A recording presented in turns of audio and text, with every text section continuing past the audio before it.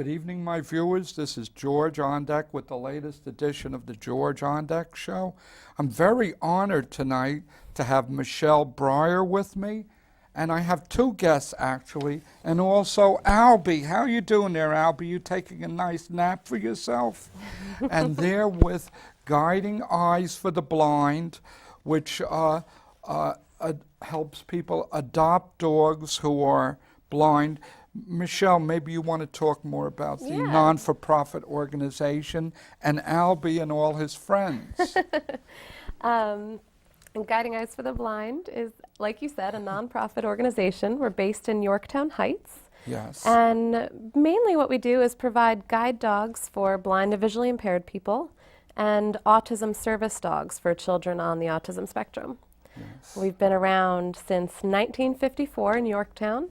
And we placed our first guide dog teams in 1956, so we've been in this area for a while. Michelle, you don't know this, but I've been doing my show about 14 years. And about 10 years ago, I think I had your director or someone from the organization on with a guide dog. So this is like a homecoming. And they're such beautiful dogs.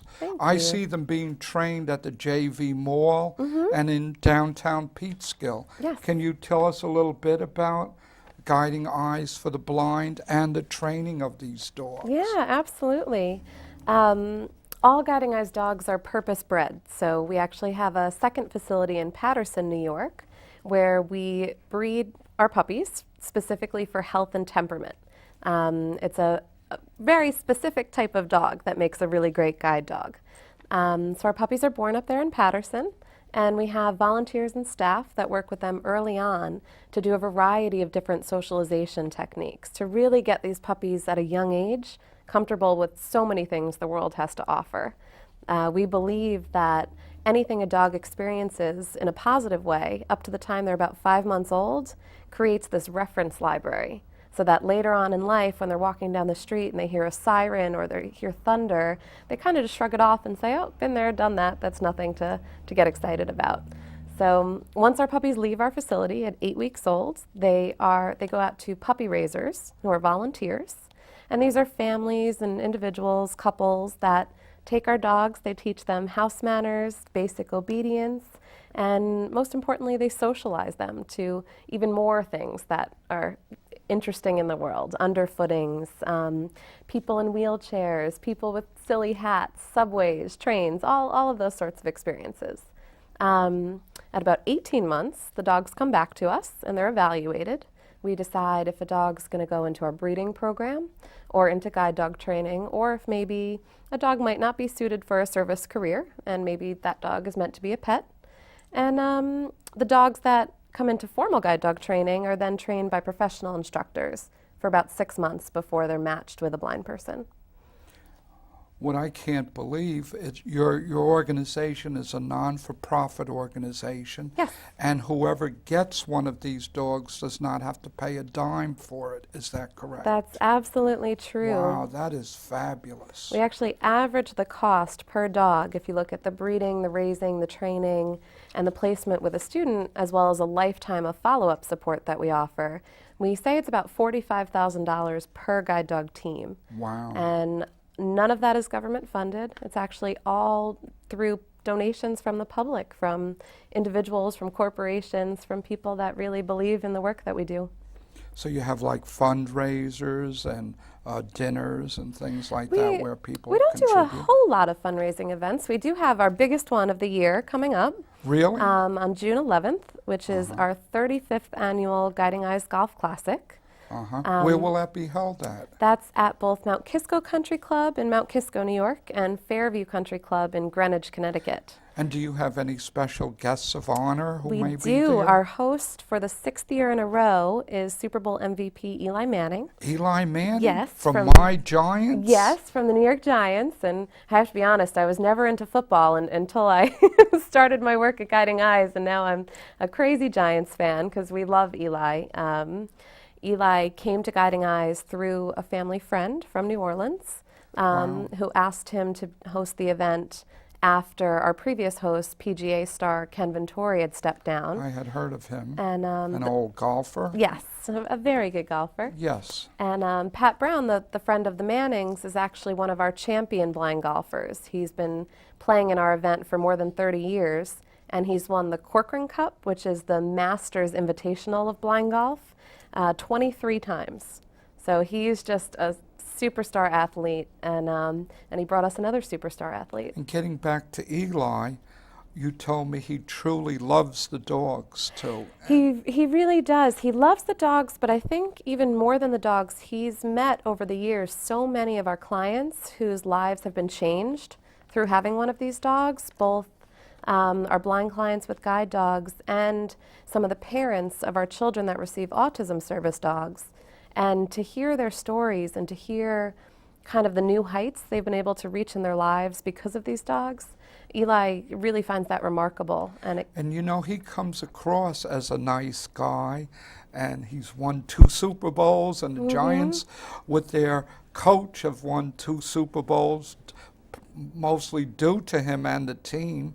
And it's good to see a nice guy getting ahead and to do good community service that Absolutely. He's, even as he becomes somewhat of a, superstar in the world of football, he still is absolutely someone that wants to give back. And he's a superstar as a person. He is. We call him our champion. But getting back to the dogs and how they're trained and everything, what do the service dogs actually do? Who do they go to, and what are their jobs?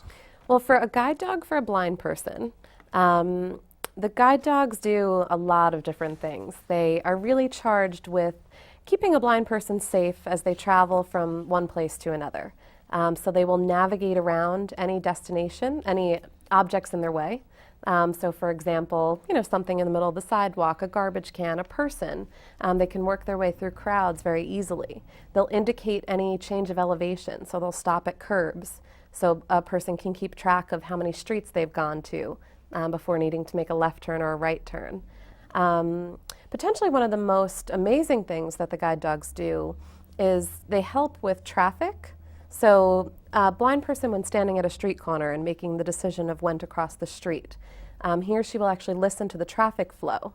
And when the traffic flow is parallel to their direction of travel, then they'll know it's safe to go. But every so often, someone will make a right turn on red, or someone will run a traffic light. The guide dogs are trained, once they hear the command forward, to scan their area. If it's not safe to cross, they'll actually stop abruptly and back up and keep that person from getting hit by a car. It's one of the most incredible advantages of using a guide dog versus a white cane.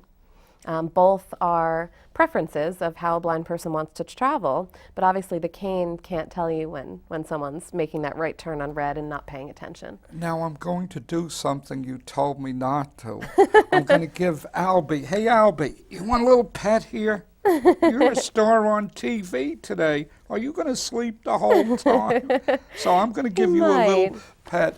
But I have to tell my viewing audience, if you see Albee or any of the other service dogs being trained in Yorktown or Peekskill, you should not do that, because they're there to train for their masters and to learn how to do a great job. So Albee, we're counting on you now. Now, how much longer will it be before Albee gets an owner? He's getting very close to a placement. He's been in training a little longer. He's going into our special needs program. So he'll ultimately be placed with someone that's not just blind, but is deaf as well. So he's had some more specific training. He uses all hand signals. And he's about 2.5 now, and he should be matched within the next month or 2. Wow. Now, they actually go with somebody who's blind and deaf? Yes. They don't take them out in the streets, do Yes, they? they do. They do everything you or I would do. Wow. One of the incredible things about having a guide dog and about having all the technology that's available today is that we honestly feel that a blind person or a deaf-blind person can do pretty much anything that anyone else can do, short of drive a car or fly a plane.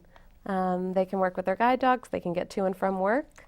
They can check their email on their BlackBerry with a wireless Bluetooth keyboard that will read out what's being said via Braille. Now, from what I understand, it's about a 2-year training period for the dogs. From the time they're born until they get placed. Did you tell me that it's like 18 months with a volunteer and then 6 months with a trainer, an actual, I guess it's a paid trainer? Yes. So tell us, something you must need is volunteers. We always need volunteers. So tell us what you would need to be a volunteer. How does one become a volunteer to train one of these dogs? Well, to become a volunteer puppy raiser, that's probably the biggest of all He's volunteer talking. commitments. I know, he did have Hi, something Albee. to say How there. you doing? You enjoying the TV show? He was giving a shout out to our volunteer puppy raisers because they're pretty incredible. That's probably the biggest and strongest commitment of all our volunteer roles.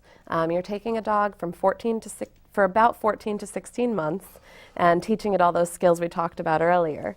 Some other volunteer roles would include, we have early socialization volunteers, Albee, that it's an amazing thing that they get to do. They go into our whelping kennel up in Patterson, and they handle the puppies when they're just a few days old. What does that mean, a whelping kennel? That's where our youngest puppies live right after they're born. They're still with their mothers. So we actually have a volunteer opportunity where people can go into that whelping kennel and start handling the puppies. They go through some special training, and then they start getting these puppies used to the human touch at a very early age, which is kind of serves as the foundation for the relationship these dogs will have with people for the rest of their lives.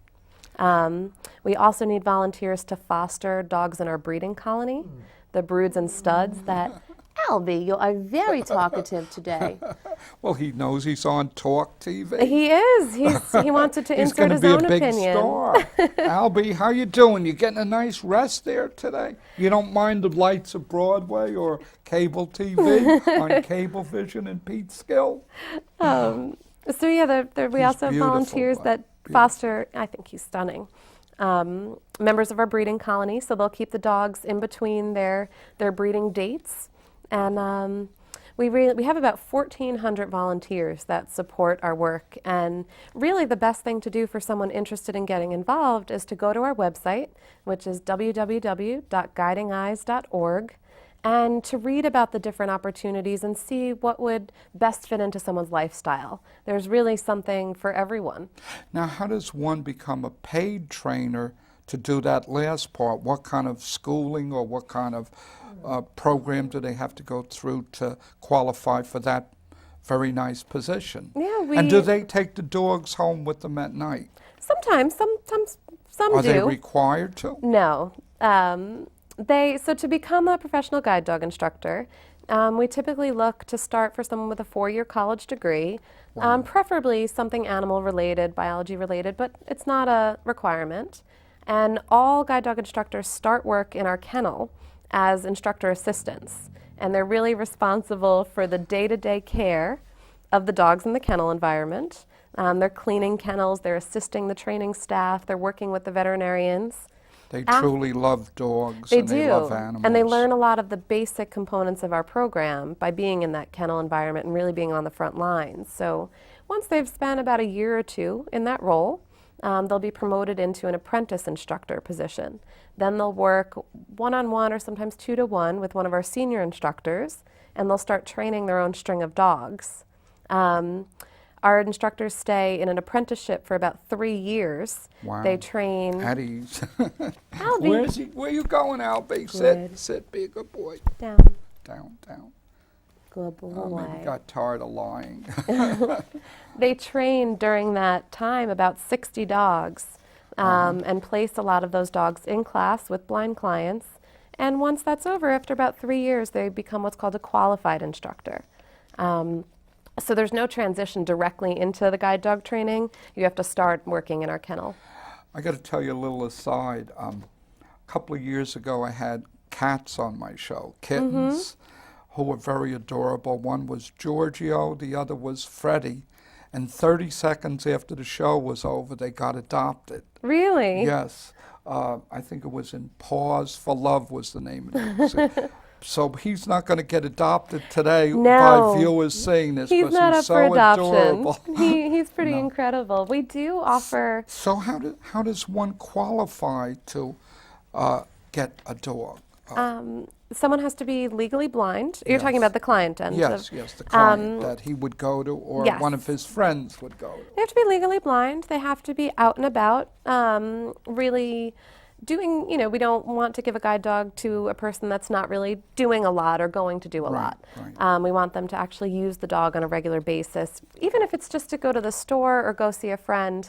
Some of our clients use their dogs to commute to the city every day and work in some pretty high-level positions. So they apply to us. It takes about 6 months from the time of application for them to come into the class environment and receive a dog. And did you say some people with autism get dogs too? Yes. So this is, the autism program's new. It was established in 2008. And what the autism service dogs do is provide safety to children on the spectrum that are prone to bolting. So the child wears a belt and it's tethered to the vest on the dog's back. When the child goes to bolt, the dog becomes an anchor, either by lying down, by sitting, by locking all four legs. What tends to happen over time is the child, because it's such an emotionless, trained response, the child ends up not bolting anymore. It's amazing, too, with a person with a disability, how much happiness a dog like him can Oh my bring. gosh, I'm going to give you a little absolutely. aside that doesn't have to do with guiding eyes for the blind dog, but another type of dog.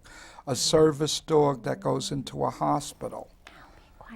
Yes, the therapy dog. Yeah, I guess you don't do those, but right. Some of our release dogs that didn't make it as service dogs Right. will do some therapy Well, work. my wife was in a hospital, Hudson Valley Hospital, Okay. recently, had a hip replacement. And one of the happiest things that cheered her up was when a service dog was brought in and, Oh, and absolutely. he was kissing her and everything else, and it's so cute. And Oh, they it's bring a lot incredible. of happiness to her, whoever they go to. I know. I have many of my own at home. I have a German Shepherd that was released from our program, so I adopted her.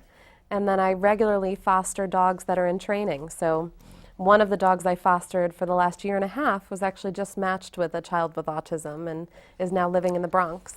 And you don't know a lot about me, but I'm an animal lover, all types. We have cats home, but I had told you my cat was similar to a dog. He'll roll over, he'll put his Yes, paws that up. is so cute. He'll wag his tail if I say tick-tock, and he knows the meaning of all different words that have to do with food. If we spell tuna, he will go running to the kitchen. Oh, that's so cute. And yeah, so animals are so beautiful. And I also like web-footed friends like Canadian geese and wild birds of the Okay. Hudson. So I'm very honored to have the doggies on my show Yeah. tonight, and you, and because they do so good for the community too. They really do. Now, how did Guiding Eyes for the Blind get started, and how long has it been in operation again? We were founded in 1954. At the time, there was only one other guide dog school in the country. Wow. And that guide dog school didn't have as many openings for all different types of people. Our founder, Donald Kauth, believed that anyone without sight deserved the chance to try working with a guide dog.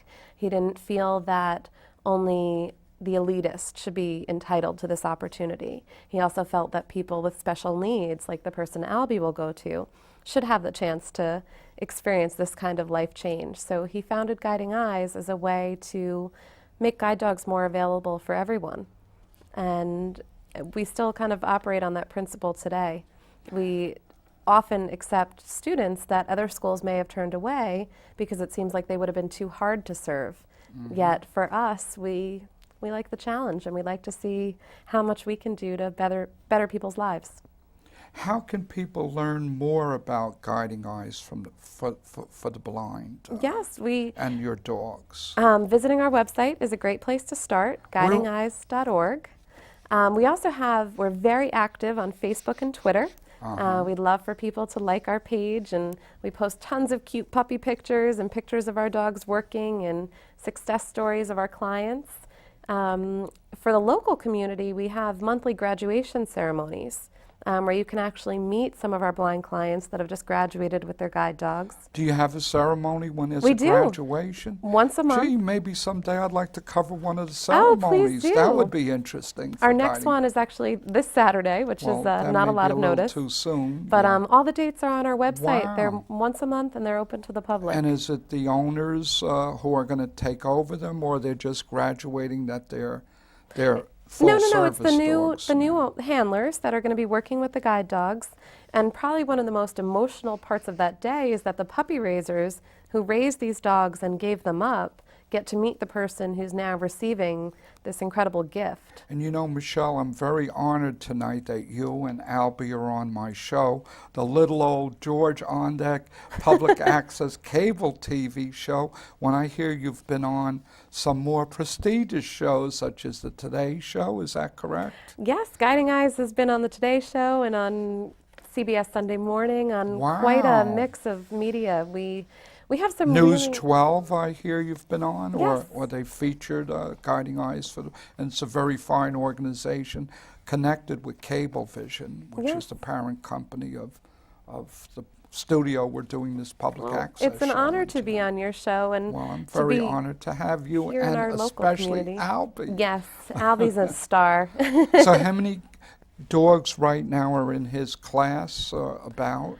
Well, we have in our kennel in Yorktown your- right now, there's about 170 dogs at various stage of training. So some are just starting to work with a professional instructor, and others like Albee are at the other end and about ready to be matched. And I saw you driving up with your van for Guiding Eyes, and it was so beautiful to see a picture of him on it. Yes, that's actually that's our very fun, exciting looks van. like him. It's co-branded with PepsiCo. Oh. It's a That was nice. local they probably corporation donated that- it to you. They did the van wrap. They've actually just recently given us a really incredible grant that's going to help us do some work in our Patterson facility. Uh-huh. So yeah, a lot of exciting stuff So going you have on. two facilities, Yorktown and Patterson? And actually a third one, very small building in White Plains, which is where we train a lot of our dogs and our clients to use their dogs. All of our training, though, starts right here in Peekskill. Are you enjoying your role as marketing director? Oh my gosh, I love what I do. Did you do this right out of school, or had you had other marketing jobs before you? Well, just before I started at Guiding Eyes, I was actually working for the New Zealand Foundation of the Blind, Oh, doing wow. fundraising and marketing there. And you told me you visited New Zealand, and it's a fabulous place. It is. You It's want to the- talk a little bit about New Zealand for just a On minute? an off-topic little Yeah. adventure, yes, New Zealand is an exquisite country with the most beautiful landscapes, scenery, and people that you could ever hope to meet in your life. Yeah, I have a friend who I meet at a coffee shop, and he's from there also. He's got dual citizenship from here and there, and I think Canada.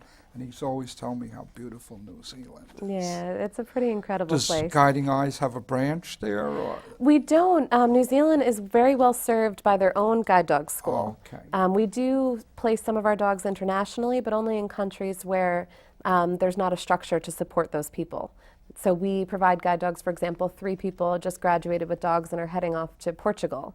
And the waiting list in Portugal to get a dog is almost 5 years. I've got a question. Does government give any kind of grants to a non-for-profit organization such as this? Not to ours. We're No? fully funded by public support. Oh, okay. Yeah. So you don't get community development block grants or anything. We don't, but Is that a possibility in the future? Is there a reason why, or do you just prefer to do it privately? we're really, really lucky. We have a lot of people that Yes. support our work, and even, Well, you do a lot of good, you know. thank you, Yes. even in sort of the tough climate we've been in, it's, you know, Are- we've just had Are wonderful all people your to support dogs us.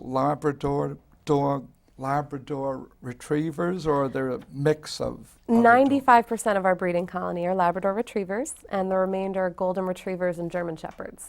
And the black ones are golden retrievers, or not golden? I mean, they're- Labrador retrievers, or are they a different breed? The black ones are, well, they can actually be a mix of all of them, but labs, our labs come in black and yellow.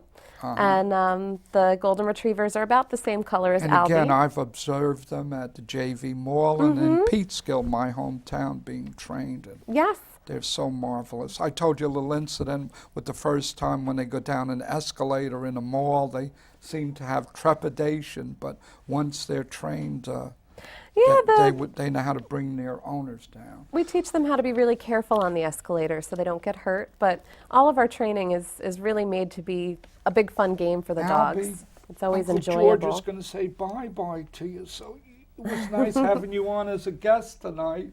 Say goodbye to my audience. Raise a paw. Okay, that's okay. And Michelle, I can't believe how quickly the time has flown by. It has flown This by. has been such an interesting subject, and you've been such a great guest. And Oh, thank you. Albee's out of this world. Is there anything, again, you would like to say in closing about Guiding Eyes for the Blind and to my vast audience? Oh, well, thank you so much for having us. This has been Was so much my fun honor. being here. I guess for anyone that doesn't know about Guiding Eyes, we're an international nonprofit kind of located in our backyard here. And there's so many ways to get involved. And it really, no matter how you get involved as a donor, as a volunteer, these dogs, this organization, it really does change your life. So I encourage people to learn more and So thank you again. And what is that website number? www.guidingeyes.org. And that is your contact number as well? That has all of our information on it. Okay. And again, my audience, this has been Michelle Brier and Albee and George, who's been on deck with you tonight on the George On Deck Show. We look forward to seeing you again next week. Have a happy Memorial Day. This was being taped just before Memorial Day. And remember, Guiding Eyes for the Blind really do good things for the community. Thank you again for coming on, Michelle. Thank you.